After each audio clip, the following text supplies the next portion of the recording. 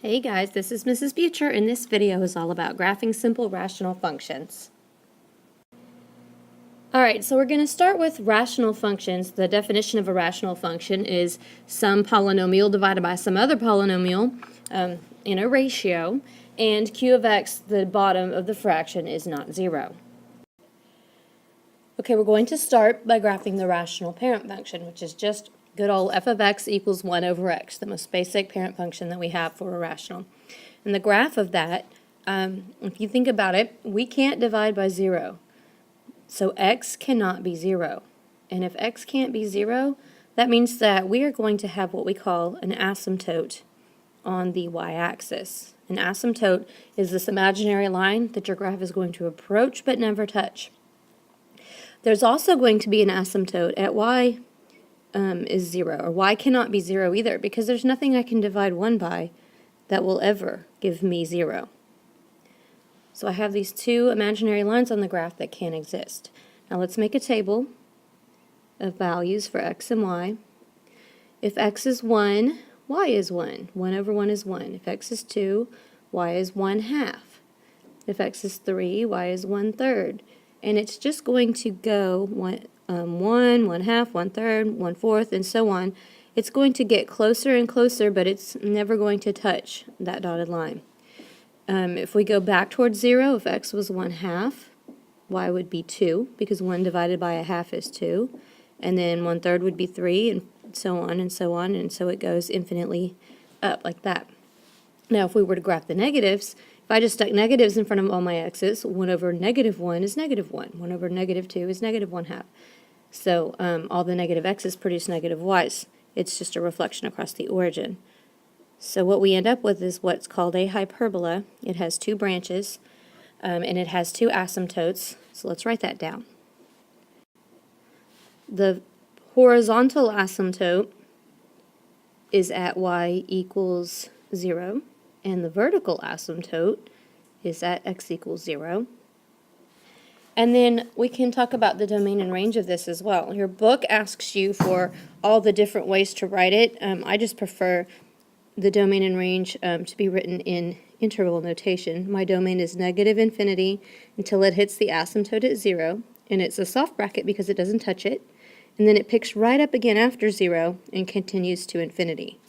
Our range is the same thing, -infinity to 0 and 0 to infinity. Alright, now the translations that we've been learning about all year long, they apply to these too. So if I took my basic 1 over x, I could stick an a out in front, and that's your vertical stretch or shrink. I could put a b in the bottom with the x part. That would be your horizontal stretch or shrink. The minus h will shift it left or right, and the plus k will shift it up or down. So when you're graphing a rational function and it's in this format, you can use this to figure out where your asymptotes are going to go. So your vertical asymptote, which is always at x equals 0, now will shift left or right h, and so our vertical asymptote will now be at x equals h. Our horizontal asymptote, which is normally at y equals 0, will shift up or down, k, so it will now be y equals k. So these values tell you where your asymptotes go. Alright, here's an example. Y equals -6 over x plus 3, and then plus 2. So what we know is the negative is going to reflect it over the x-axis. The 6 is going to stretch it vertically. The 3 will shift it to the left 3 units. And the plus 2 will shift it all up 2. So what I've done is put my horizontal axis asymptote at y equals 2. And I've put my vertical asymptote at x equals -3. A little trick, and we'll talk about this later, but you can get your vertical asymptote. All you have to do is divide or set the bottom equal to 0. If I set x plus 3 equal to 0, then x would have to be -3. Now, to get the rest of the points, I usually just make a table, because now I know where the middle of my hyperbola is, so I'll pick the next x over, say -2, and plug it in. Put it in the bottom there. -2 plus 3 is 1. -6 divided by 1 is -6. -6 plus 2 is -4. And then I plot that on the graph. Are you making a video? All right, that was Billy, wanted a shout out. All right, when x is -1, -6 divided by 2 is -3, plus 2 is -1. So right there. When x is 0, -6 divided by 3 is -2, plus 2 is 0. And then you can see that this is going to approach the asymptote here. You can sketch this in here. All you people talking are annoying me. Okay, it's going to be hard to hear me because my 5th period is in here now, but I've got to finish this video. So if I were to plug in a -3 for x, -3 plus 3 is 0, so we can't have that.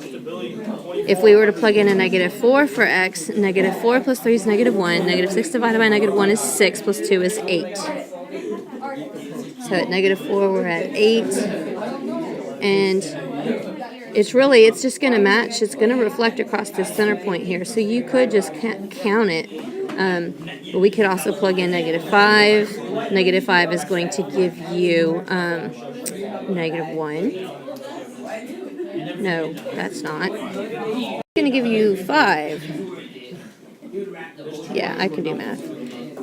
So -5 will give you 5. -6 will give you 4, and so on.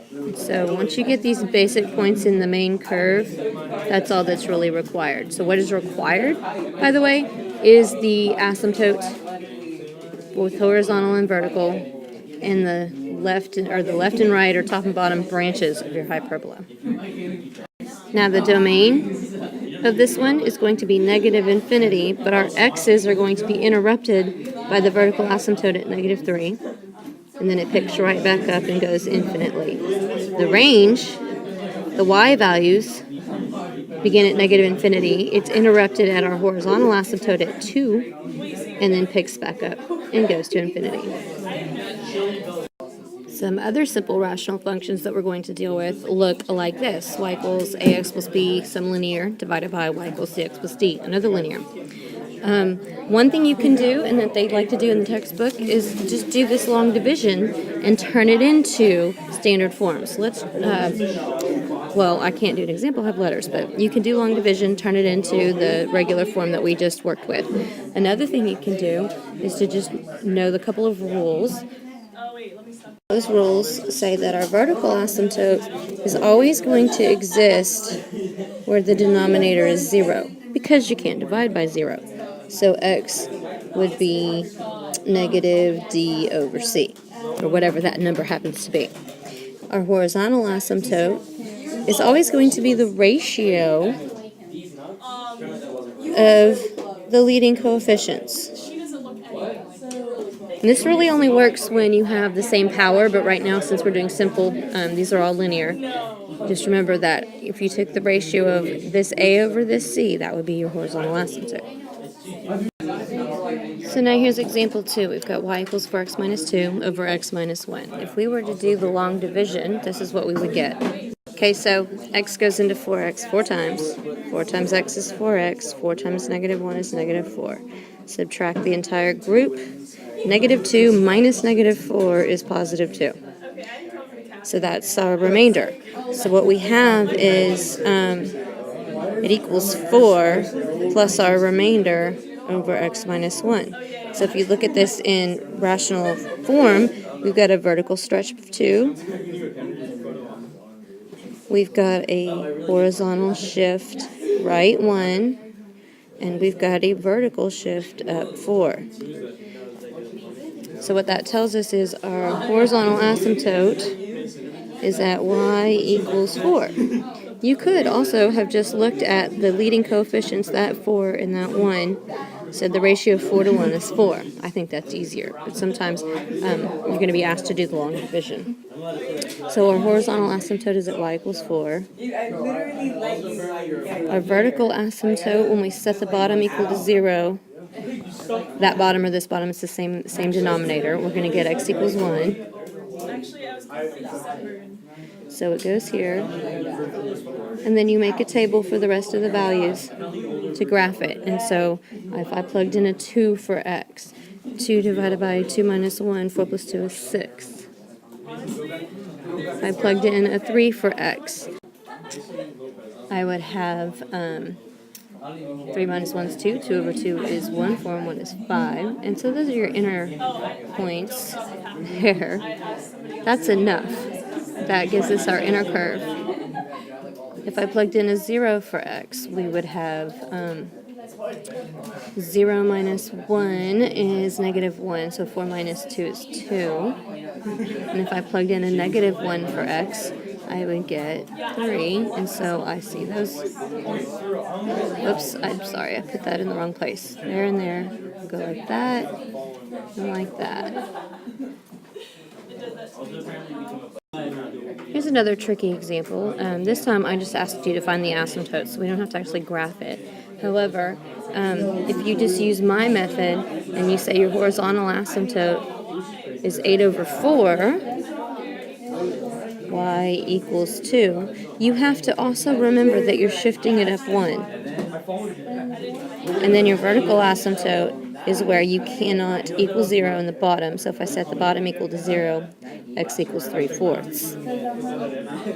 So be careful of a tricky one like this because you're shifting it up 1, but that 1 is not where your asymptote is. You've got to look at this as well, and then just put them together. Alright, now I need to show you how to do the word problem. This is what we call an average value problem. Alright, Mrs. Beecher buys a Keurig coffee maker for $180. K-cups cost about 88 cents each. Write an equation for the average cost of a cup of coffee as a function of the number x cup of coffee. If you were to be back in Algebra 1 writing a linear equation, you would say, okay, my cost of a cup of coffee is my constant, 180, plus 88 cents per cup, right? Only we want the average cost of a cup of coffee. So this means that this 180 also has to be divided by x. The whole thing has to be divided by x, actually. The average cost of a cup of coffee is to take that original $180 I spent, divide it by however many cups of coffee we've drank, plus the 88 cents per cup. Okay? So when you see the average cost, either way you want to set this up equals the same thing. So what is the horizontal asymptote and what does it represent? My horizontal asymptote, if I had it in this format, my leading coefficient would be 0.88 over 1. Or in this version, it's shifted up 0.88. Either way, it's at y equals 0.88. What does it represent? That represents the cost that our average cost is approaching. It's never going to be any less than that because that's what they're charging per cup. So that's the average cost, what the average cost is approaching. Okay, now Starbucks charges $1.99 for a grande cup of coffee, and there's just a normal coffee, plain, boring coffee. After how many cups will Mrs. Beecher start saving money? So I could set this up, take the equation, 180 over x plus 0.88, and go, okay, well, when does that equal $1.99?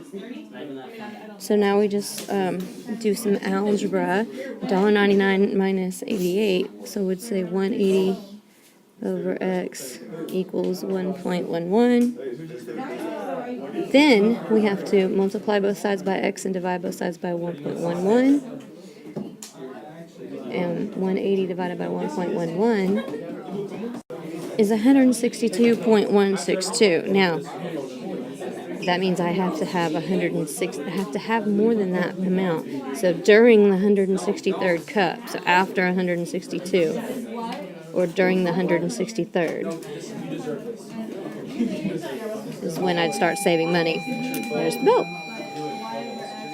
Alright, last one. Mrs. Beecher and her husband have 2 cups of coffee a day. How many days will they start saving money? So if we each have 2 cups of coffee per day, that's 4 cups per day. So I'm going to now have to, all I really have to do is say, well, if it's 162 days for 1 cup of coffee per day, divide it by 4. And that's 40 and a half. So after 40 days, or on the 41st day. After 40, which would be on the 41st day. So Therefore, if we own our Keurig coffee maker for more than 40 days, then it's a bargain, right? It's worth it. Okay, here's some more pictures of you guys having fun. And my favorite picture of them all, the action shot of the books falling. And to end this, fifth period wants to say hello. Ready? Say it.